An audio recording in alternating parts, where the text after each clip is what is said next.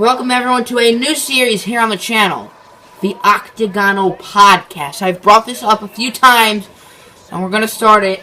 I know we just have had another NFL trade. I wanted to go over Color Rush Unis. Why? Because I felt like it. Now, for these podcasts, if you do not want gameplay in the background, just tell me in the comments. But we're going to be doing this for football, for basketball, for baseball, for college sports, for a lot of sports, not just football. So, basically when I make, videos, the last example I can think of is, the Isaiah Thomas-Kyrie Irving trade. I would put that in the series. So, this is why I think the Jets win the Sheldon Richardson trade. So, if you're not here, just not that long ago, a few minutes, I guess, I saw, I was opening up my device, and there was something from, the news app. It said, another blockbuster of a Jets trade, disgruntled star Sheldon Richardson for next to nothing. They did not get next to nothing. I think that they got excellent value in this trade. Now, the Seahawks are getting a very good player in Sheldon Rankins, who they have two good defensive ends in Averill and Bennett. As I was saying, the Seahawks have two very solid ends in Michael Bennett and Cliff Averill, but if we look at the middle, there are two defensive tackles, or I guess three. They have the rookie Malik McDowell, who they took in the early second round. Last year's second round pick, Jaron Reed, and veteran Atavia Rubin. Now, they have some potential there with Reed and McDowell, but neither of them are very good now. Reed was not great last year, and McDowell's rookie.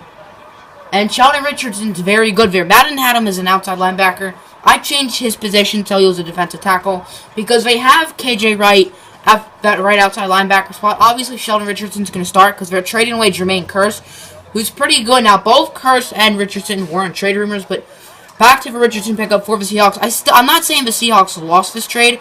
I think they gave up a little too much. However, I don't think they lost entirely. I still think that, obviously, for this year, they're getting someone really good. But I do think paying a second-round pick is a little much.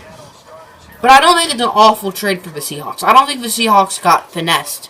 I don't think they won the trade, but I don't think they got finessed by any means. So both teams also swapped 7th-round picks, but that's not really an issue. The main thing is Richardson for Kearse and the second-round pick. So for the Seahawks, I'm going to give it a B-. I think they could have given up a little less, but they could use help on their defensive line, and they got it. So that's definitely going to help them short-term and maybe long-term, but they do have two very good young options in McDowell and Reed. So don't really know if they're playing there with 3 defensive tackles, because I don't really think they should move Richardson to outside linebacker. But it's what else can you do, basically? Maybe trade Richardson if both of them become good, but probably both of them aren't going to be good. We'll see. Maybe they'll be good. But let's go to the Jets. So the Jets obviously suck. I have them at 1-15. I already have. Did I say they had Coney Ealy? It said Ely. Coney Ealy's not on the Jets. But anyway, I am at 1-15 in my NFL predictions video just a month ago. Second most watched or viewed video on the channel with almost 2,000 views. But anyway, I'm lost here. I'm lost. But anyway, yeah, this does not help them this year, which obviously they don't need help this year. They're trying to tank. They're trying to give it a more overall pick. They're trying to get Sam Darnold or Josh Rosen or one of those good quarterbacks. But, yeah, he is not. First of all, they have no one to throw to. Jermaine Kearse is going to be the Jets' best receiver this year, which is kind of ridiculous. Now, Jermaine Kearse has made some excellent catches for the Seahawks. He's been very clutch for them. But the Jets want to suck. I didn't even know he got injured. But, where am I? Right, okay, so the Jets, they want to lose. The Seahawks want to win.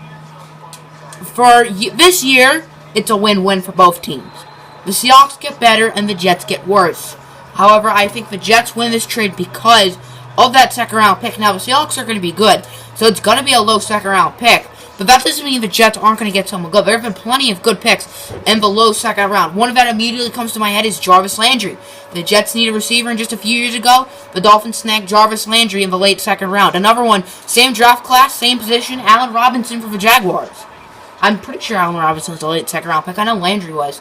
And now they're 2 of the 15 best receivers in the league. I think Jarvis Landry's a top 10 receiver. That's just my opinion.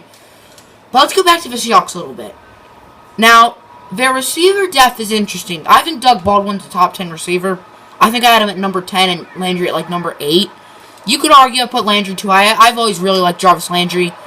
But who are the Seahawks receivers? They have Doug Baldwin. So after Doug Baldwin, they have Tyler Lockett, who's been solid his first 2 seasons. However, I don't really view him as a receiver. I view him as more of like the X factor. You know, kind of like what I kind of think Tyreek Hill's going to be, but with his Tyreek Hill blazing speed. I mean, both of them have potential to become good receivers. Tyreek Hill's entering his 2nd year. Lockett's entering his 3rd. Lockett's obviously going to get more chances without Curse. And then after that, they have Paul Richardson, which as a Lions fan, not too huge of a Paul Richardson fan. Now, Paul Richardson, I don't think is your 3rd receiver on a depth chart. He's not been great the first 3 years of his career. I mean, he did have that good playoff game against us, which I don't really want to be brought up. But that one playoff game doesn't mean he's good.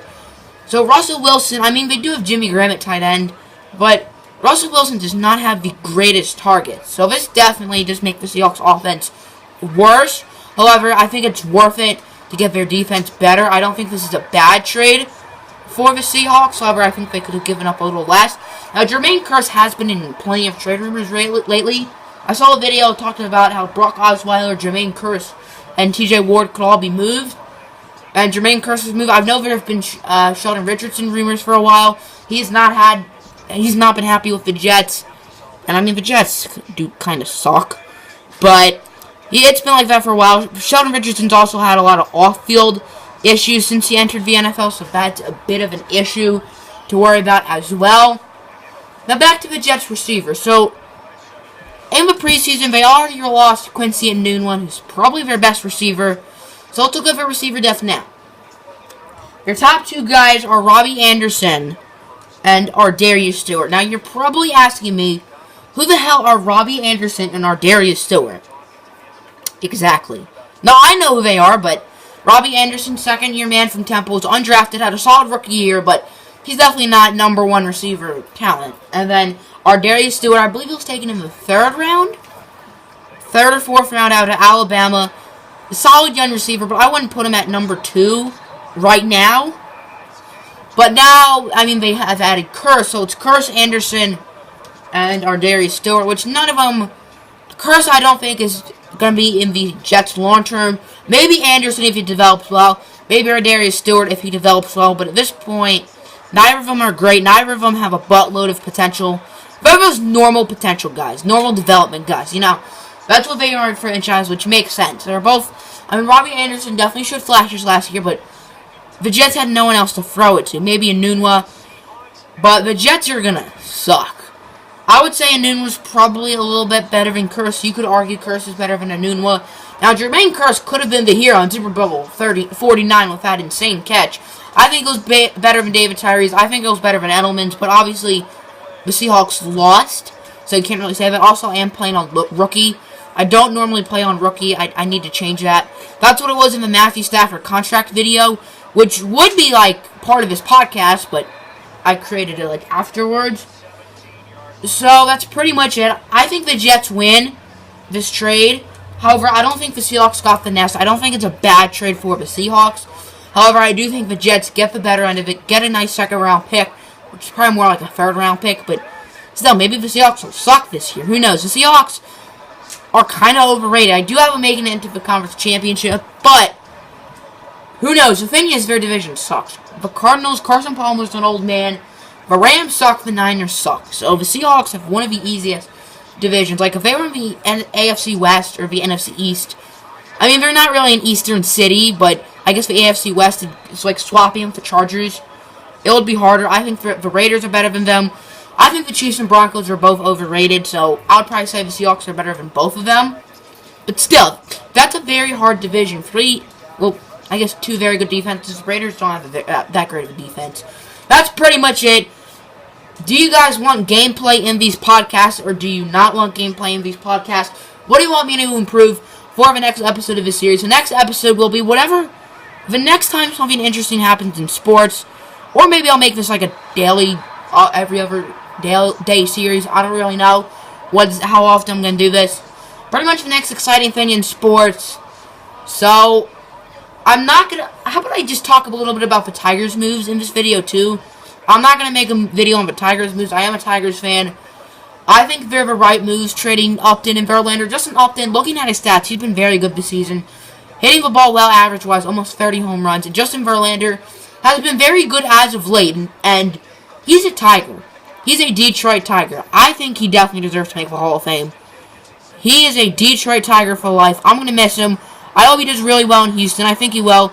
And the Angels pushing for a wild card spot. They've added a great bat in Justin Upton to help their outfield with Mr. Mike Trout. Let's go one last fly route to end the video. Tell me what you think of this trade. Tell me what you think of the Tigers trades. Maybe I should have made a video because the JD Martinez trade video is one of the most viewed videos on my channel. I think it's because I put Tigers fan reacts to JD Martinez trade, kind of like clickbait in a way. As Doug Baldwin, can he get the touchdown? Nope, not quite beast mode. But we're going to end the video here. Hope you guys enjoyed. That's it for me. Peace.